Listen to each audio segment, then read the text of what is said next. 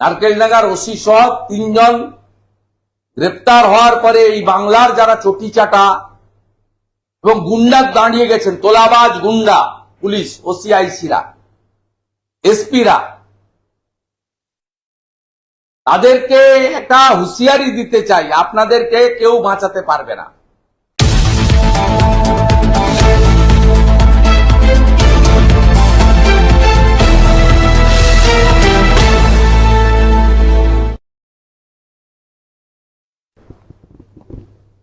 पिछले कुछ हफ्ते में पश्चिम बंगाल विधानसभा का 3 भारतीय जनता पार्टी का विधायक के ऊपर अपने डिस्ट्रिक्ट में 3 प्लेस में 3 हादसा हुआ है। एक हमारी बीजेपी का एमएलए निखिल रंजन दे के ऊपर दीनहाटा कोर्ट के अंदर हमला हुआ था।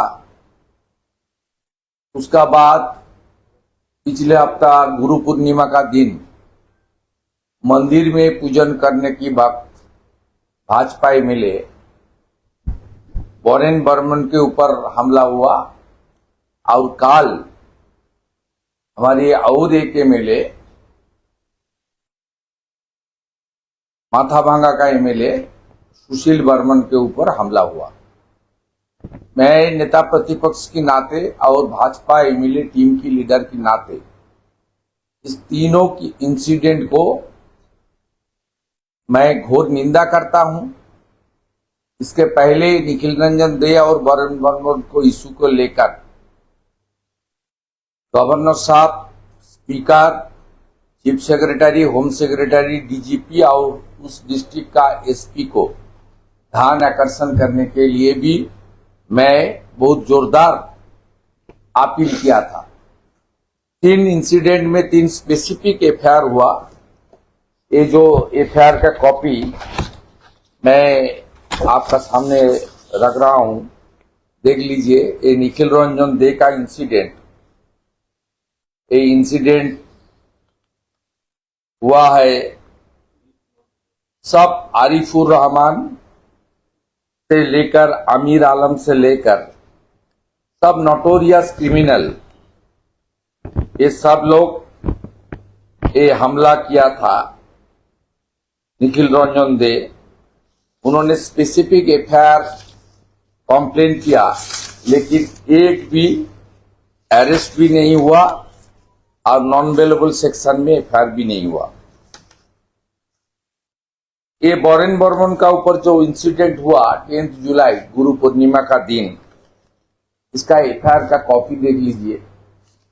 इसमें भी जो टीएमसी का गुंडा लोग है, 10 गुंडा जो वीडियो फुटेज पे आया है, सब बंगाल का सब इलेक्ट्रॉनिक्स मीडिया में ये लोग का पिक्चर भी आया है। आप लोग नेशनल मीडिया में भी थोड़ा इसको माने उल्लेख किया है, लेकिन इसके ऊपर कोई एक्शन नहीं हुआ। 3rd इंसिडेंट काल हुआ है 18 जुलाई, सुशील बर्मन। ये देख लीजिए किस तरीके से राजवंशी समुदाय का ऑपोजिशन का एमएलए के ऊपर हमला हो रहा है। हमला होने का बाद भी कोई एक्शन नहीं हो रहा है। इसलिए बीजेपी लेजिस्लेचर पार्टी हम लोग इसके ऊपर कार्रवाई करने के लिए हम लोग कुछ मूवमेंट भी करूंगा। हमारा जितना एमएलए है, मैं सोमवार मांडे नॉर्थ बंगाल में युवा मोर्चा का कार्यक्रम में पार्टिसिपेट करूंगा, शिरकत करूंगा। उस दिन मैं कोचबिहार में जो एडमिनिस्ट्रेटिव आधिकारिक है एसपीडीएम, उसका पास बीजेपी का एमएलए टोली जाने का एक प्रोग्राम भी करूंगा। उसका पहले कलकत्ता में स्पीकर और डीजीपी का पास एक ज्ञापन देने का काम भी हम लोग करूंगा। उसके साथ साथ ये 3 एमएलए अपने क्षेत्रों में काम करने का मौका उनको नहीं दे रहा है और चुनाव 8 महीना बाकी है। वहां जो नोटोरियस क्रिमिनल है उदयन गुह मिनिस्टर, पोस्ट पोल वायलेंस में जिसका नाम नेशनल ह्यूमन राइट्स कमीशन ने हाईकोर्ट में दिया था, उसके अंदर उदयन गुह का भी नाम था। कुछ दिन पहले उदयन गुह जी और जगदीश बसु बासोनिया एमपी कोचबिहार अगले जनरल इलेक्शन जो बंगाल में होने वाला है 2026 में, उसमें ऑपोजिशन को कोई एजेंट नहीं रहेगा, इसका माहौल बनाने के लिए खुले आम डिक्लेरेशन दिया। उसका बाद में वीडियो क्लिपिंग देकर chief election commissioner honourable Ganesh Kumar ji और सीओ वेस्ट बंगाल मिस्टर मनोज अग्रवाल जी का पास भी मैं भेजा। इसलिए हम लोग सोचा है ये 3 एमएलए को लेकर हम लोग जलपाईगुड़ी सर्किट बेंच में भी पुलिस इनएक्शन का डीजीपी और एसपी कोचबिहार के खिलाफ हम लोग वहां भी कानूनी कार्रवाई करने के लिए कोशिश करूंगा। अभी तो एमसीसी का बाद इलेक्शन कमीशन का पावर आएगा, लेकिन अभी law and order completely state subject. ये police minister, DGP, home secretary और एसपी का जो 3 थाने का थानादार है उनका जिम्मेदारी में आता है। ये मैं बता दिया, मेरा पहले मुद्दा था। दूसरा मुद्दा बहुत बढ़िया मुद्दा है। मेरा बगल में हमारी विश्वजीत सरकार जी है। ये इस तरीके से, जिस तरीके से हमारी डॉक्टर बहन आरजीकर का उनका पिताजी माताजी जो लड़ाई लड़ रही है, अनकॉम्प्रोमाइज लड़ाई, लीगल बैटल और सड़क का लड़ाई, इस तरीके से भाई विश्वजीत भी अपने दम पर, पर्सनल दम पर, उन्होंने जो 4 साल का बहुत लंबा लड़ाई लड़ा, उसमें जिस तरीके से 2021 का जनरल इलेक्शन का बाद brutally, openly murder by the TMC leaders and goons, Abhijit Sarkar का, ये सब का मोबाइल में पिक्चर है।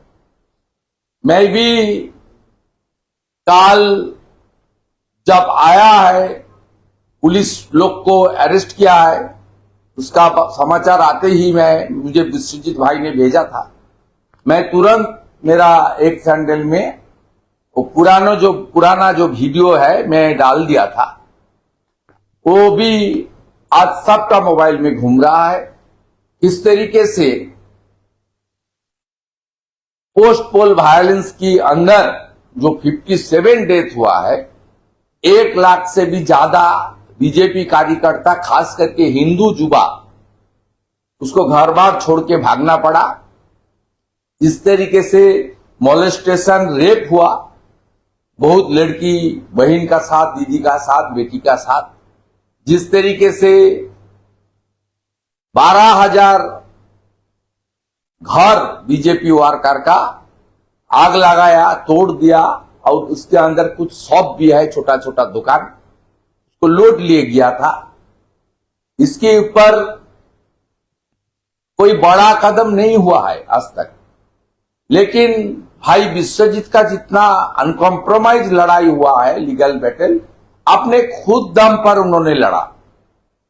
Entire legal cost paid by Vishwajit Sarkar own. वो खूब गरीब माने उनका कोई साधन नहीं है, लेकिन उनका बहुत कॉम्प्रोमाइज करने का लिए बहुत प्रपोजल टीएमसी पुलिस ने भेजा, लेकिन अपने सिर ऊंचा रखते हुए विश्वजीत भाई का जो लड़ाई, उसका नतीजा मिलना शुरू हो गया है। एक तो सीबीआई सप्लीमेंटरी चार्जशीट डालने पड़ा, जिसमें नोटोरियस क्रिमिनल एमएलए टीएमसी औरस पाल से लेकर 2 काउंसिलर का नाम आया। वो लोग हायर कोर्ट में गया है, उसमें मैं टिप्पणी नहीं करूंगा, court will consider the matter. लेकिन कल जिस तरीके से ममता पुलिस, ये कलकत्ता पुलिस नहीं है, बंगाल पुलिस नहीं है, ममता पुलिस यह सबसे बड़ा गुंडा पुलिस है। धांधली और ऑपोजिशन के ऊपर जितना भी अत्याचार ये पुलिस ही करता है। नेता प्रतिपक्ष को 86 टाइम हाईकोर्ट का दर्जा खटखटाना पड़ा अपने प्रोग्राम करने के लिए। काल विश्वजीत भाई ने अच्छा सबक सिखा दिया। मैं विश्वजीत का ये लीगल बैटल को आभार प्रकट करता हूं और कोर्ट का जो जजमेंट आया है और पुलिस का जो नारकेलडांगा पुलिस स्टेशन का 3 पुलिस अधिकारी को जेल में भेज दिया है, ये बहुत बड़ा कदम है। आज कोर्ट का ऑर्डर भी अपलोड हो गया है, आप देख लीजिए, स्क्रीन में है। ये एक मुद्दा था। इसका साथ साथ मैं बंगाल की और कलकत्ता की जो पुलिस अभी भी ये सब कर रहा है, इसको चेतावनी दे रहा है, आपको ममता बनर्जी और उनकी भतीजा आपको सेव करने के लिए लायक नहीं है। इस तरीके से नारकेलडांगा में हुआ है, आप अभी से थोड़ा बीएनएस के अंदर काम करें, कॉन्स्टिट्यूशन के अंदर काम करें। अब आपका टैक्स पेयर का रुपया में तनख्वाह मिलता है, आपको जो कानून के अंदर काम करना है करें। 2 दिन पहले ईस्ट मिदनापुर का जो एसपी है मिस्टर सौम्यदीप भट्टाचार्य, उसको भी हाईकोर्ट में एक ऑर्डर आया है, देख लीजिए आप। पिछले महीने नंदीग्राम मेरा जो कॉन्स्टिट्यूंसी है 2 कोऑपरेटिव का चुनाव था।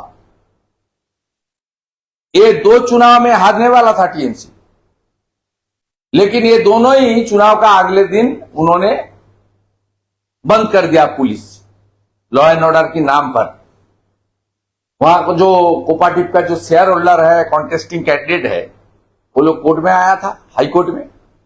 हाईकोर्ट तुरंत इंटरफेयर किया। देख लीजिए किस तरीके से अनकंडीशनल एपोलॉजी, पर्सनल अपीयरेंस हुआ था, उन्होंने किस तरीके से अनकंडीशनल एपोलॉजी किया है। आईपीएस का सेक्शन 6 पढ़ लीजिए, पश्चिम बंगाल का जितना आईपीएस है, राजीव कुमार से मनोज वर्मा। आईपीएस में सेक्शन 6 में बहुत क्लियर है, पॉलिटिकल न्यूट्रलिटी मस्ट। एक कोर्ट में जो हालत हुआ है एसपी ईस्ट मिदनापुर का, मैं मांग करूंगा इलेक्शन कमीशन को, इसको जितना दिन तक नौकरी करेगा, एक भी इलेक्शन ड्यूटी में इसको नहीं लगाना चाहिए। जिन्होंने कोर्ट में आपने खुद पॉलिटिकल बायसनेस को स्वीकार करते हुए एपोलॉजी थ्रू एफिडेविट साबित किया है।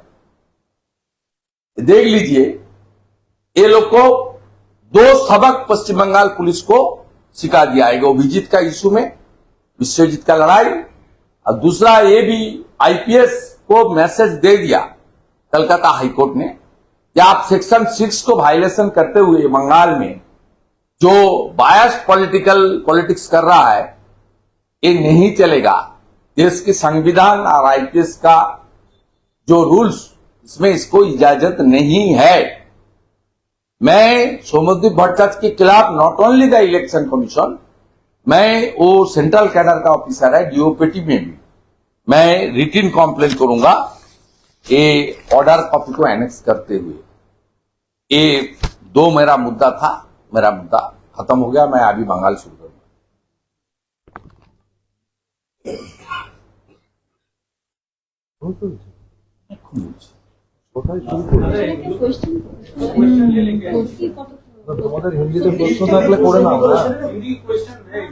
एक 2 ले लीजिए। नहीं, मैं आमी করে দেব, আমার একটা মিটিং আছে কোইতে সল্লেকে একটা মিটিং আছে 7টায়, आध घंटा। एमएलए के ऊपर इस तरीके से अटैक हुआ है, इंसिडेंट हुआ है, एफआईआर भी रजिस्टर की गई, वजह क्या बताई जा रही कि कोई इलेक्शन ही नहीं हो रहा है, पुलिस कोई एक्शन नहीं ले रहा, क्या वजह बताई गई? ये एक्शन नहीं हो रहा है इसलिए देखिए, एमएलए जिनका पास सीआईएसएफ सिक्योरिटी है, उनका कॉन्स्टिट्यूशन कुछ प्रोटेक्शन है, एक चुने हुए इलेक्टेड एमएलए है, लॉ मेकर्स है, उनका सिक्योरिटी नहीं तो बंगाल का आम जनता का सिक्योरिटी कैसे? ये बहुत बड़ा मुद्दा। ये लोग महल बना रहा है, चुनाव होगा तो ये हार जाएगा, पूरी तरीके से हार जाएगा।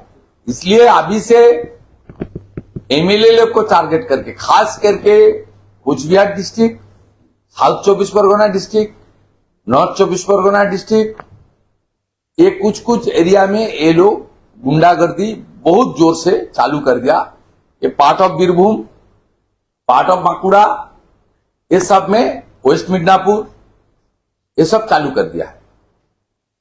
बेनका, कल पाकिस्तान के एक्स प्लेयर, क्रिकेट प्लेयर और इंडिया का कुछ एक्स क्रिकेट प्लेयर, उन लोगों के बीच एक फ्रेंडली मैच होने वाला है। पहलगाम अटैक के बाद जहां पाकिस्तान के खिलाफ सब कुछ ओपन हो चुका है, तो देश प्रेम से ऊपर ये खेल प्रेम कैसे? इसमें टिप्पणी नहीं की। इसमें बीजेपी का नेशनल स्पोक्स पर्सन है, उसका टिप्पणी ले लीजिए। मैं स्टेट में काम करता हूं, मेरा लिमिटेशन जुरिडिक्शन स्टेट के अंदर रहना चाहिए।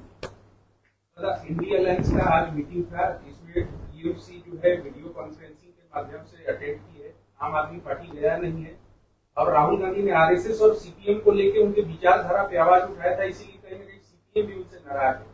तो इंडिया अलायंस का भविष्य किस तरह से देख रहे हैं? इंडिया अलायंस तो खत्म हो गया, 2024 में ही खत्म हो गया। चुनाव में जब उनको बुरी तरह हारना पड़ा, मोदी जी थर्ड टर्म का प्राइम मिनिस्टर बन गया, उस दिन ही ये इंडिया अलायंस खत्म हो गया। इंडिया अलायंस कहाँ है? दिल्ली में आपस में लड़ाई किया है, हरियाणा में आपस में लड़ाई किया है, हर स्टेट में आपस में लड़ रहा है। इसका नाम अलग, एक कोई मुद्दे के ऊपर कोई नीति के आधार पर नहीं हुआ है। ये कुछ भ्रष्टाचारी, कुछ परिवारवादी अपने परिवार को बचाने के लिए और ईडी, सीबीआई, आईटी से बचने के लिए एक साथ जुड़ गया था, लेकिन जनता ने इसको रिजेक्ट कर दिया है। इतना गलत कैंपेन किया चुनाव का दौरान, लास्ट लोकसभा चुनाव, इतना भ्रम पैदा किया, उसका बाद भी ये लोग का तो आंकड़ा 100 नहीं माने पार नहीं किया, 99 में सिमट गया है। दादा, 21 जुलाई की जो रैली होने वाली है, उसमें हाईकोर्ट ने कुछ नियम दिए हैं कि वो तो युवा मोर्चा को दिया है, युवा मोर्चा पालन करेगा। मैं पार्टिसिपेट करूंगा, ये प्रोग्राम मैं पार्टिसिपेट करूंगा। Program organise by the Bengal youth Yuva Morcha BJP. TMC का जो 21 तारीख का है, उसके लिए भी हाईकोर्ट ने टर्म्स एंड कंडीशन दी। वो तो टीएमसी कोई पार्टी नहीं है, एक कंपनी है, परिवारवादी पार्टी। ये ममता बनर्जी खुद ने कोई हाईकोर्ट, सुप्रीम कोर्ट का ऑर्डर को पालन नहीं करता है। डीए दोनों को लिए बताया था 25th 1/4, डीए नहीं दिया है। वो जो 2016 का एसएससी नोटिफिकेशन करने बताया, जो पुराना कानून से वो नया कानून बना दिया।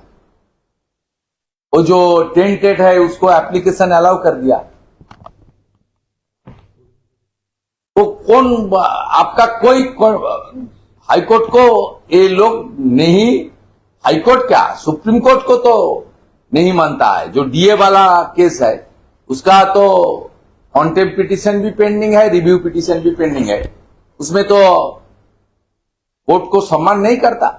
इसलिए ममता बनर्जी को 5 लाख रुपया नंदीग्राम केस में, इलेक्शन पिटीशन में 5 लाख रुपया अपने खुद अकाउंट से चेक के द्वारा कलकत्ता हाईकोर्ट का बार में डिपॉजिट करना पड़ा।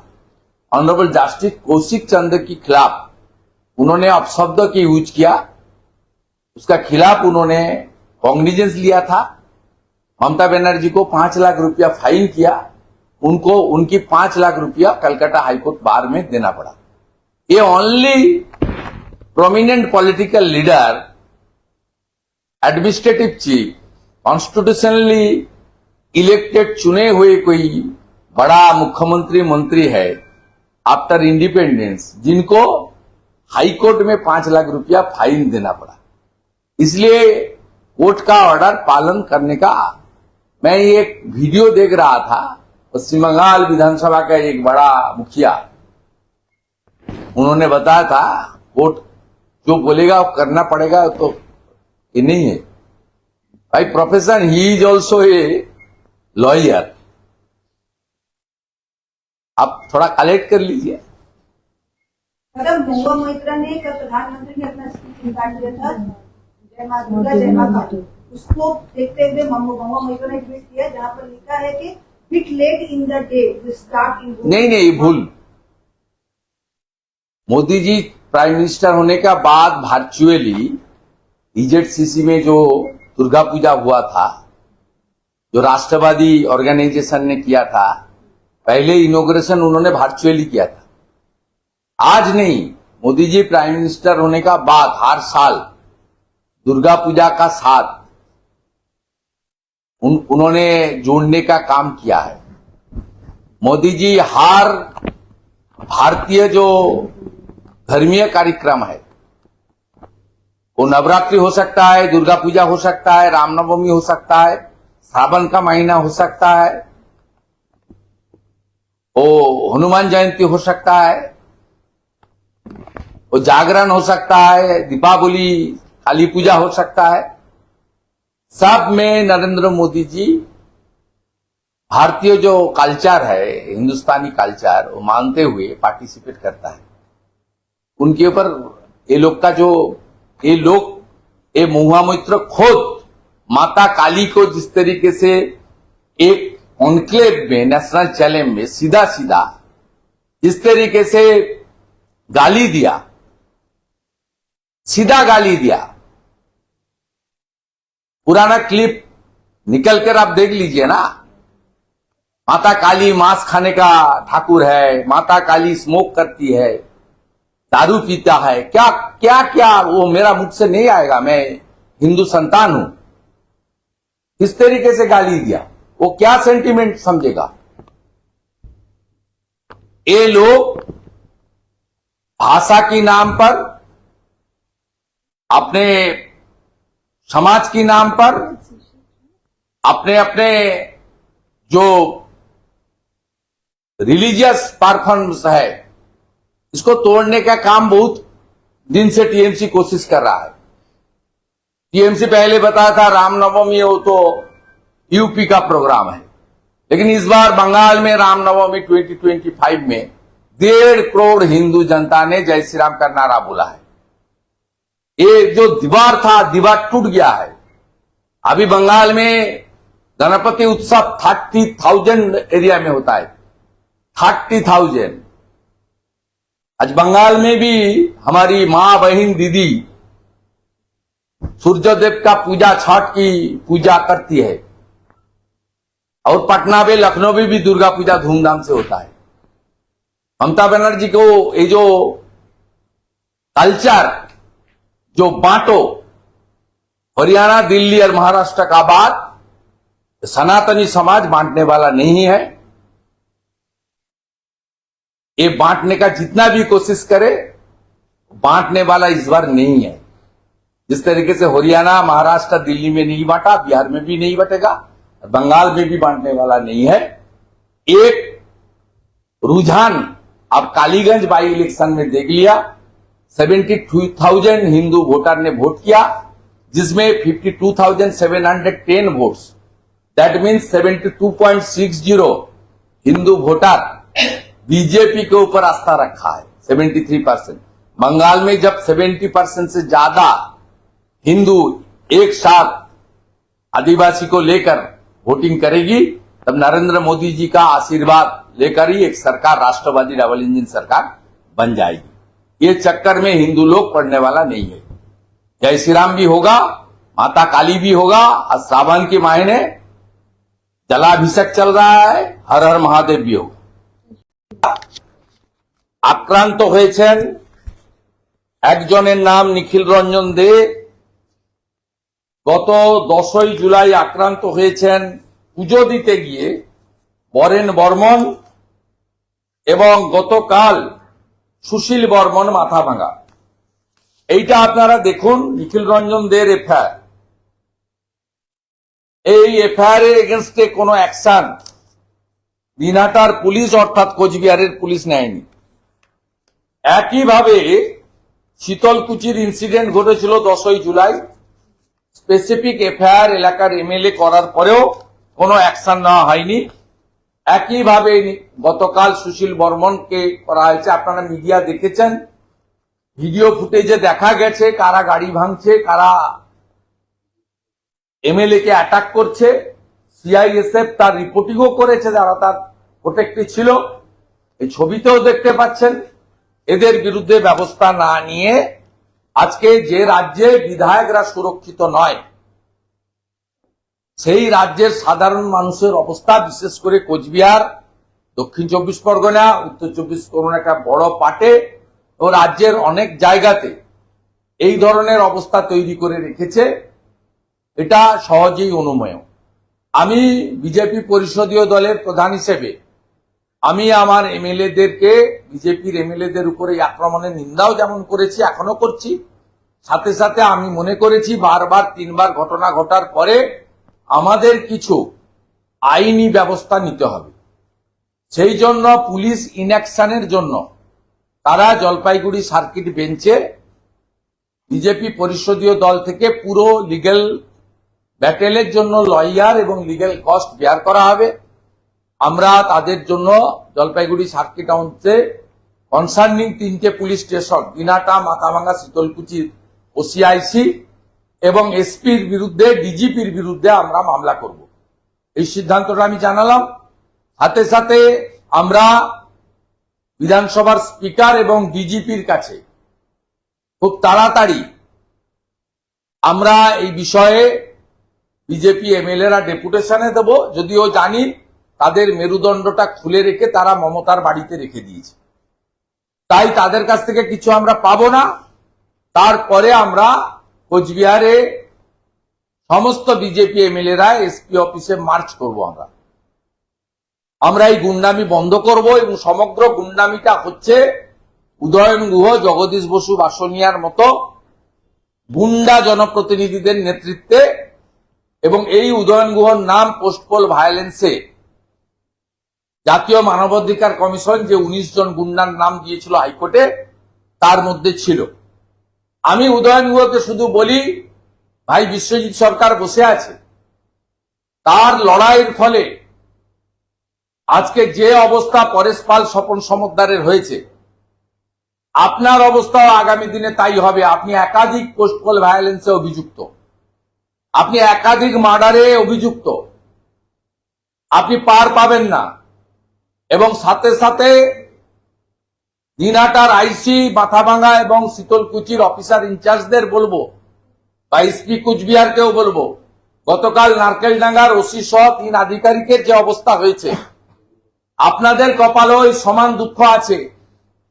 নারকেলডাঙ্গার ওসি সহ 3 আধিকারিক যখন জেলে যায়, তাদের বাঁচাতে কিন্তু মমতা আর তার ভাইপো আসেনি, রাজীব কুমারকে পাওয়া যায়নি। হয়তো আপনাদের জেলে মাছ মাংস খাওয়ার ব্যবস্থা করে দিয়েছে, কিন্তু আপনার সামাজিক সম্মান বা আপনি যে একটা গুন্ডা পার্টির ক্যাডারে পরিণত হয়েছেন, আপনি অভিজিতের তার পরিবারের ফোনে রেসপন্স করেননি, আজকে ঠিক একই অবস্থা কিন্তু আগামী দিনে আপনাদের হতে চলেছে। এই বিষয়টা আমি আপনাদের কাছে তুলে ধরলাম। সাথে সাথে আমাদের আরেকটি বিষয় উল্লেখ করার ছিল। বিশ্বজিৎ ইতিমধ্যে গতকাল থেকে বা গত কয়েকদিন ধরে একাধিক প্রেস, মিডিয়া, সোশ্যাল মিডিয়া প্ল্যাটফর্মে তিনি তার বক্তব্য রেখেছেন। এই ভাইয়ের একক লড়াই এবং আত্মসমর্পণ না করা লড়াই, এর কাছে বহুভাবে তৃণমূলের নেতারা, যাদের কাছে আনলিমিটেড টাকা আছে, যাদের মুখ্যমন্ত্রী কোথায় কোথায় চাকরি দেন, মদ খেয়ে মারা গেলেও টাকা দেন, তৃণমূলে মরে গেলেও চাকরি, এর কাছে একাধিক চাকরির অফার ছিল। আমরা কিচ্ছু দিতে পারি, কিচ্ছু দিতে পারিনি, ওর চাওয়াও নেই কিছু। ও কমপ্লিট যে লিগ্যাল ব্যাটেলটা করেছে, সিবিআই কে বাধ্য করিয়েছে সাপ্লিমেন্টারি চার্জশিট দিতে, এবং এর লড়াইয়ের ফলেই সিবিআই লড়ে বসেছে। এর লড়াইয়ের পরেই বীরভূমের সদাইপুরে যারা বেল পেয়েছিল তাদের বেল ক্যান্সেল করিয়েছে সিবিআই গিয়ে সুপ্রিম কোর্টে। আমরা মনে করি বিশ্বজিৎ হচ্ছে এই লড়াইয়ের একটা প্রেরণা। আজকে ঠিক যেভাবে ডাক্তার বোনের বাবা এবং মা লড়ছে, আমার বিশ্বাস তিনিও ঠিক একইভাবে। আমি সেদিন নবান্ন অভিযানের প্রস্তুতিতে বলেছিলাম যে বিশ্বজিতের লড়াই দেখে আমরা উৎসাহিত, যে ডাক্তার বোনের বাবা মার এই হারমানা লড়াই তো তিনিও জিতবেন। তাই আজকে নারকেলডাঙ্গার ওসি সহ 3 জন গ্রেপ্তার হওয়ার পরে এই বাংলার যারা চটিচাটা এবং গুন্ডা দাঁড়িয়ে গেছেন, তোলাবাজ গুন্ডা, পুলিশ, ওসিআইসিরা, এসপিরা, তাদেরকে একটা হুঁশিয়ারি দিতে চাই, আপনাদেরকে কেউ বাঁচাতে পারবে না। 57টা মার্ডার, 12,000 ইনসিডেন্টের এফআইআর, 1 লক্ষ লোককে ঘরছাড়া করা, এর হিসাব জবাব অভিজিৎকে দিয়ে শুরু হয়েছে। বিশ্বজিতের লড়াইতে আমরা এর শেষ দেখে প্রত্যেকটা কেসে থাকব। তাই পশ্চিমবাংলায় যারা এখনো 21শে জুলাই ডিমভাত উৎসবে গাড়ি জোগাড় করছেন পুলিশের লোকরা, পূর্ব মেদিনীপুরের ডিএম তো 200 বাস ভাড়া করে দিয়েছে তৃণমূলকে, সব জেলাতে করছে। এদের বলবো আপনাদের ট্যাক্সের টাকায় বেতন দেওয়া হয়। আগে সিআরপিসি আইপিসির বলতাম, এখন বিএনএস এর অন্তর্গত ভারতীয় সংবিধান মেনে কাজ করুন। আর দ্বিতীয়ত আইপিএস দেরকে একটা বার্তা দেওয়ার জন্য আমি আজকের এই প্রেস কনফারেন্স করেছি। আরেক কীর্তিমান ভাইপোর এসপি সৌম্যদীপ ভট্টাচার্য, তিনি হাইকোর্টে মুচলেখা দিয়েছেন 2 দিন আগে, ক্ষমা চেয়ে, আনকন্ডিশনাল অ্যাপোলজি। অভিযোগটা কি? দুটো সমবায় সমিতির ভোটে নন্দীগ্রামে তৃণমূল হার সুনিশ্চিত বলে তৃণমূলের কথায়, আইপ্যাকের কথায় ভোট বন্ধ করেছিলেন। শেয়ার হোল্ডাররা এবং কন্টেস্টিং যারা সমবায়ের ক্যান্ডিডেট তারা হাইকোর্টে এসেছিলেন। হাইকোর্ট এটা কড়াভাবে ধরেছিলেন, ওনার পার্সোনাল অ্যাপিয়ারেন্স করে দিয়েছিলেন। উনি লিখিতভাবে একজন আইপিএস, রাজীব কুমার, মনোজ বর্মাদের বলছি, শিলিগুড়ির কমিশনার শ্রী সুধাকরকে বলছি, কোচবিহারের এসপি কে বলছি, বিনীত গোয়েলদের বলছি, তো আইপিএসটা হলে হবে না, আইপিএস এর মর্যাদাটা রক্ষা করুন। রুল 6 পরিষ্কার বলা আছে, পলিটিক্যাল নিউট্রালিটি মাস্ট। আপনি ভায়োলেশন করেছেন সৌম্যদীপ ভট্টাচার্য, তো সবে শুরু। আইপিএস দের লাইন এবার লম্বা হবে। কয়লা স্ক্যামে 9 জন আইপিএস যুক্ত, 5 বার করে দিল্লি ডেকেছে, 2 বার করে গেছেন, 3 বার করে টাইম নিয়েছেন। ক্যাটেল কেসে বিধাননগরের কমিশনারেট সহ ওসি, আইসি, ডিএসপি সহ প্রায় 90 জন পুলিশ আধিকারিক গরু পাচার মামলায় ওয়ান্টেড। ঠিক কোল স্ক্যামেও 9 জন আইপিএস তারা যুক্ত, কোটেশ্বর রাও, শ্যাম সিং, লম্বা তালিকা। আপনাদেরকে খুব সাবধান করে দিচ্ছি যে আপনারা যেভাবে রুল 6 ভায়োলেশন করছেন, সৌম্যদীপ ভট্টাচার্য ধরা পড়েছে, আপনাদেরও আগামী দিনে কিন্তু আইনের বাইরে আপনারা যেতে পারবেন না। আর আমরা সে কাজটা করব।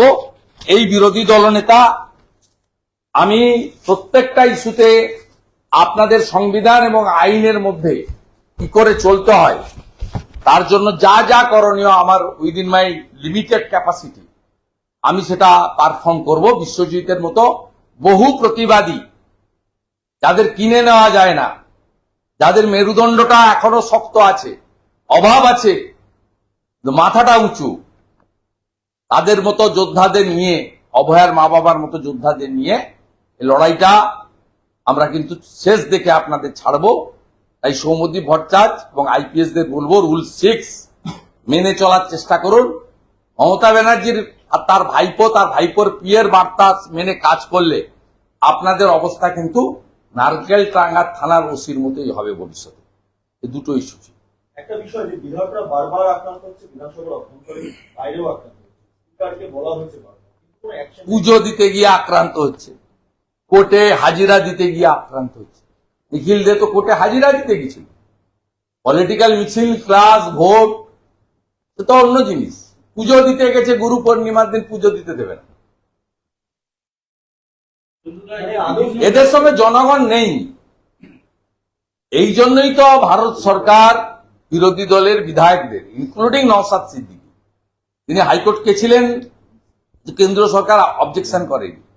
সব বিরোধী দলের এমএলএদের, শুধু বিজেপি নয়, মমতার পুলিশের দ্বারা আক্রান্ত হবেন বলেই, পুলিশ কিছু করবে না বলেই ভারত সরকারের গৃহমন্ত্রক সেন্ট্রাল প্যারামিলিটারি ফোর্স দিয়ে রেখেছেন। তাদেরও লিমিটেড স্কোপ, তারা তো চাইলেই গুলি চালাতে পারেন না, দুটো তিনটে করে লোক থাকে। এরা 20 জন 30 জন, অত্যন্ত সামনে সবই টিভিতে দেখছেন, 3টে এমএলএ পশ্চিমবঙ্গের অ্যাটাক হলো তাদের নিজের হোম জেলাতে, এবং অ্যাপলিটিক্যাল রিজনে। কেউ কোর্টে গেছেন, কেউ রাস্তায় দিয়ে যাচ্ছেন, এমএলএ তার জনসংযোগ, কেউ পুজো দিতে গেছেন গুরু পূর্ণিমার দিন। তাই এখানে সাধারণ মানুষের নিরাপত্তা কোথায়? তাদের সঙ্গে 3টে করে সিআইএসএফ থাকার পরেও, TV, media, camera, Facebook live সবকিছু থাকার পরেও যদি অ্যাটাক হয়, তো তারপরে এফআইআর যদি এক্সিকিউশন না হয়, আমরা পুলিশ ইনঅ্যাকশনের মামলা 3 জনকে দিয়ে করাবো, ও BJP legislative party will provide all type of legal support.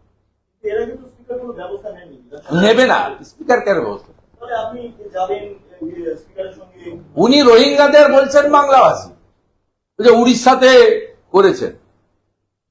তালিকা চাইলাম আমরা, আমি টুইট করে বললাম তো তালিকা প্রকাশ করুন, পারলেন না, তো মমতার ভাষায় কথা বলছে। আজকে একটু আগে একটা দেখলাম যে 21শে জুলাই নিয়ে কোর্ট বললেই মানতে হবে। কোর্টকে মানে না এরা, জুডিশিয়ারি আপনার সংবিধানের বড় স্তম্ভ, তাকেই মানে না। এই যে ডেসপারেট অ্যাটিটিউড, আপনি কার কাছে যাবেন? তবে নারকেলডাঙ্গা থানার ওসির মতো এদেরও অবস্থা হবে। পরেশ পালেরদের মতো ছুটাছুটি করছে, এদের অবস্থা এইরকম। যদি লড়াই করার লোক থাকে, আমরা সব লড়াইতে জিতব। লড়াই করার লোক দরকার। শুভেন্দুদা, বেলার পর থেকেই দেখাচ্ছে যে উড়িষ্যার পুরীতে একটা ঘটনা ঘটেছে, সেটা হচ্ছে একজন মহিলা রেপ করেছে, এবার গায়ে আগুন দিয়েছে, এইমসে রয়েছে, অবস্থা খুব খারাপ। উড়িষ্যার মতন জায়গায় এরকম একটা ঘটনা, এমনি শুনে তো নিশ্চয়ই নিন্দা জানাবো, আমরা তো এগুলো সমর্থন করি না, করবো না। বাকিটা আমাকে জেনে বলতে হবে। পুরীর এমপি আছেন সম্বিত পাত্রজি, আমি কথা বলে জেনে বলবো, জানি না আমি। তৃণমূলের নেতামন্ত্রীরা দুর্নীতির দায়ে তারা জেলে যাচ্ছে, কেউ কেউ দেখা যাচ্ছে অসুস্থতার ভান করে এসি রুমের মধ্যে হাসপাতালে কাটাচ্ছে। আগেও অনেক নজির আছে। এটার জন্য দায়িত্ব চোরেদের রানী মমতা ব্যানার্জি। যা টাকা যে তুলেছে তার 75 ভাগ তো উনাকে দিয়েছে, পৌঁছে দিয়েছে। তো বড় বেনিফিশিয়ারি তো উনি, বড় বেনিফিশিয়ারি পুলিশ মন্ত্রী, তার কথায় পুলিশ উঠে বসে, তিনি তো প্রোটেকশন দেবেনই, কিন্তু প্রকাশ্য চোরেদের সাপোর্ট করেন। বিধানসভার ফ্লোরে শাহজাহানকে সাপোর্ট করেছেন। আজকে তার হোটেল থেকে 10 কোটি টাকা ফেক কারেন্সি বেরিয়েছে। বাংলাদেশ বর্ডার সাতক্ষীরার পাশে সন্দেশখালী, কি ভয়ঙ্কর। আর যত ভারতবর্ষে খুন, 2 নম্বরই, যত রকম খারাপ কাজ হচ্ছে, সব অন্য রাজ্যের পুলিশ এসে এখানে ধরছে। আসাম এসটিএফ এসে 7 শেখকে ধরলো, কাশ্মীর এসটিএফ এসে জাভেদ মুন্সিকে ধরলো, উত্তরপ্রদেশ পুলিশ এসে ব্যারাকপুর কোর্টে হাসান মীর, নাম ভাড়িয়ে হিন্দু নাম সেজে, তিনি ধর্মান্তরিত করেন আর মহিলা পাচারের ব্যবসা করেন, তাকে কলার ধরে মারতে মারতে পরশুদিন নিয়ে গেল ট্রানজিট নিয়ে। আজকে বিহার এসটিএফ হিন্দি সিনেমার কায়দায় করে বিহার এসটিএফ এসে আইসিসিউর ভিতরে গুলি করেছে। যেখানে যত ভারতবর্ষে রোহিঙ্গা পাবেন, সব পশ্চিমবঙ্গ থেকে আধার, এপিক কার্ড, বার্থ সার্টিফিকেট বানিয়েছে মমতা খালার লোকেরা। আর যত জঙ্গি, গুন্ডা যত পাবেন গোটা ভারতবর্ষ থেকে, সেফেস্ট প্লেসড হচ্ছে পশ্চিমবঙ্গ। বেকারত্বের হাত, শিক্ষা বিপর্যয়ের হাত, শিল্প তাড়ানোর হাত, নারী সুরক্ষা তলানিতে চলে যাওয়ার হাবের সাথে সাথে এই বাংলা এখন খালা মমতার নেতৃত্বে জঙ্গিদের, দুষ্কৃতকারীদের হাবে পরিণত হয়েছে। সন্ধ্যা চেন্নাইতে দেখা যাচ্ছে যে উনি তো শিল্প হাব করতে পারেননি। কাল প্রধানমন্ত্রীজি ভালো করে ব্যাখ্যা করে বলে গেছেন, তিনি জঙ্গিদের হাব করে দিয়েছেন। কেউ নিরাপদ নয়, আপনি আমি কেউ নিরাপদ নয়। যখন যাকে পারবে, আইসিসির ভিতরে পাটনায় গুলি করে মেরে দিয়ে চলে এসছে, সেফেস্ট জায়গা। আমার স্থির বিশ্বাস পশ্চিমবঙ্গ পুলিশ মানে মমতা পুলিশকে আগে থেকে জানায়নি বিহার পুলিশ, জানালে ধরতে দিত না। সাত শেখ নিজে বলছে আমি 3 বার তৃণমূলকে ভোট দিয়েছি। আনসার ওই বাংলায় হরিহরপাড়া খাজেরি মাদ্রাসা। সন্ধ্যা চেন্নাইতে দেখা যাচ্ছে যে পরিযায়ী শ্রমিক তাদের উপরে হামলা হচ্ছে, মুর্শিদাবাদে বাড়ি। তৃণমূল কংগ্রেস অন্যান্য রাজ্যের কথা বললে তারা না, পরিযায়ী শ্রমিকদের উপর কোনো হামলা হয়নি। সব রোহিঙ্গা মুসলমান, এবার ঝাড়াই বাছাই করার সময় অপারেট করা উচিত। এখানেও তো পুলিশ অনেককে জিজ্ঞাসাবাদের জন্য অনেক ইস্যুতে নিয়ে যায় থানায়, তারপর ভিডিও দেখে কাগজপত্র দেখে সবাইকে তো আর ফরওয়ার্ড করে না। আপনি কথা বলছেন একই রকম, আপনার পোশাক একই রকম, আপনার চেহারার গড়ন একই রকম, আর বাকিটা বললাম না। তা সেরকম সবকে নিয়ে গেছে 40 জনকে, তাতে বেঁচেছে ভারতীয় কারা অভারতীয় কারা। অভারতীয় মানে রোহিঙ্গা মুসলমান, বাংলাদেশি মুসলমান। হিন্দুরা প্রোটেক্টেড, আবারও বলছি সিএএ তে অল আর প্রোটেক্টেড। এটা প্রমাণ হয়ে গেছে বিটান অধিকারীর স্ত্রীকে উইদিন 15 ডেজ ভারত সরকার সিটিজেনশিপ সিএএ এর অন্তর্গত সার্টিফিকেট দিয়ে দিয়েছে। এই সিএএ কে মমতা ব্যানার্জি চ্যালেঞ্জ করেছিল। আজকে সিএএ তে প্রত্যেক দিন হাজার হাজার হিন্দু অ্যাপ্লাই করছে, দেখে নেন লম্বা তালিকা। মাত্র 732টা ছিল 6 মাস আগে, আজকে হাজার হাজার অ্যাপ্লাই করছে এবং কনসিডার করছে ভারত সরকার। বিষয় আছে, এক হচ্ছে all Hindus coming from Bangladesh ধর্মীয় উৎপীড়নের কারণে সব পশ্চিমবঙ্গে সিএ এর অন্তর্গত মোদিজির হাতে সুরক্ষিত। রোহিঙ্গা মুসলমান এবং বাংলাদেশি মুসলমানের ভারতবর্ষের কোথাও ঠাঁই নেই, পশ্চিমবঙ্গে তো ঠাঁই রাখার প্রশ্নই। বিজেপি স্টেট গুলোতে এগুলো ঘটছে, কিন্তু একইভাবে যারা তারা ভারত সরকারের সঙ্গে কোঅপারেট করছেন। তারা ইনফিল্ট্রেটার্সের যে অনুপ্রবেশকারীর যে আইন আছে, আবারও বলছি হিন্দু, শিখ, জৈন, খ্রিস্টান, পার্সি, বুদ্ধিস্টরা হচ্ছে শরণার্থী আফগানিস্তান, পাকিস্তান, বাংলাদেশ থেকে যারা ধর্মীয় উৎপীড়নের কারণে এসেছেন। কিন্তু বাংলাদেশি মুসলমান এবং বাংলাদেশি রোহিঙ্গা যারা বার্মা হয়ে কক্সবাজারের ক্যাম্পে থেকেছেন, তারপরে ঢুকে পড়েছেন খালার হাত ধরে এখানে 540 কিলোমিটার মেড়া নেই, তাদেরকে সব রাজ্যই বের করতে চায়। সিদ্ধারামাইয়াজি কদিন আগেই বলেছেন যে আমরা এই বিষয়ে ভারত সরকারের গৃহ মন্ত্রণালয়ের যে গাইডলাইন অ্যাডভাইসারি তাকে আমরা মেনে চলব। এটা অ্যাডভাইসারি, এখানে বিজেপি নন বিজেপি নয়, এটা দেশের প্রশ্ন, দেশের প্রশ্ন। এবং আমি পশ্চিমবাংলার ভারতীয় মুসলিমদেরও এই বিষয়ে কোঅপারেট করার জন্য বলব। এটা দেশের প্রশ্ন, এটা কোনো দলের প্রশ্ন নয়। শুভেন্দুদা, যখনই আপনারা জয় মা কালী, জয় মা দুর্গা বা হিন্দু বরাবরই বলি আমরা, বলছেন, তৃণমূলের এত সমস্যা কেন হচ্ছে বা তারা এটা নিয়ে এখন কেন প্রশ্ন তুলছে? কি করছে ওদেরকে জানতে চান? যারা পিতৃপক্ষে দুর্গাপূজার উদ্বোধন করতে বেড়ায় তাদের কাছে এসব কেন সার্টিফিকেট নিতে হবে? মমতা ব্যানার্জি 85,000 টাকা করে দিয়ে যত দুর্গাপূজা উদ্বোধন করেন, আমি 1 টাকা না দিয়ে শুধু ভক্তির সঙ্গে শ্রদ্ধার সঙ্গে তার থেকে বেশি দুর্গাপূজা নয় উদ্বোধন করি নয় অ্যাটেন্ড করি, মানে আমন্ত্রণে অ্যাটেন্ড করি, বিনা আমন্ত্রণে। উনি তো পুলিশ দিয়ে গিয়ে জোর করে অর্ধনির্মিত সব মূর্তি উদ্বোধন করান, অর্ধনির্মিত প্যান্ডেল উদ্বোধন করান পুলিশকে দিয়ে জোর করে। আগে 70,000-এর লোভ দেখিয়েছেন, গতবারে 85 লোভ দেখিয়েছেন, আগে থেকে বলে রেখেছেন এবারে ভোটের বাজার 1 লাখ দেবো। কিন্তু আদিশক্তি তো ভারতীয় পিতৃপক্ষে গিয়ে কাঁচি দিয়ে ঘুরেন, এটা হিন্দুদের শাস্ত্র নাকি? পিতৃপক্ষে যাদের বাবা মা গত হয়েছেন তাদের গয়াতে পিণ্ডদান করতে যান, ওটা আমাদের শুভপক্ষ নয়। আর উনি কাঁচি নিয়ে ঘুরেছেন 24 সাল থেকে, একটু থমকে গেছেন, ওই বারবার 21 সাল থেকে আমি বলে এসেছি বলি। Thank you. চা কফি।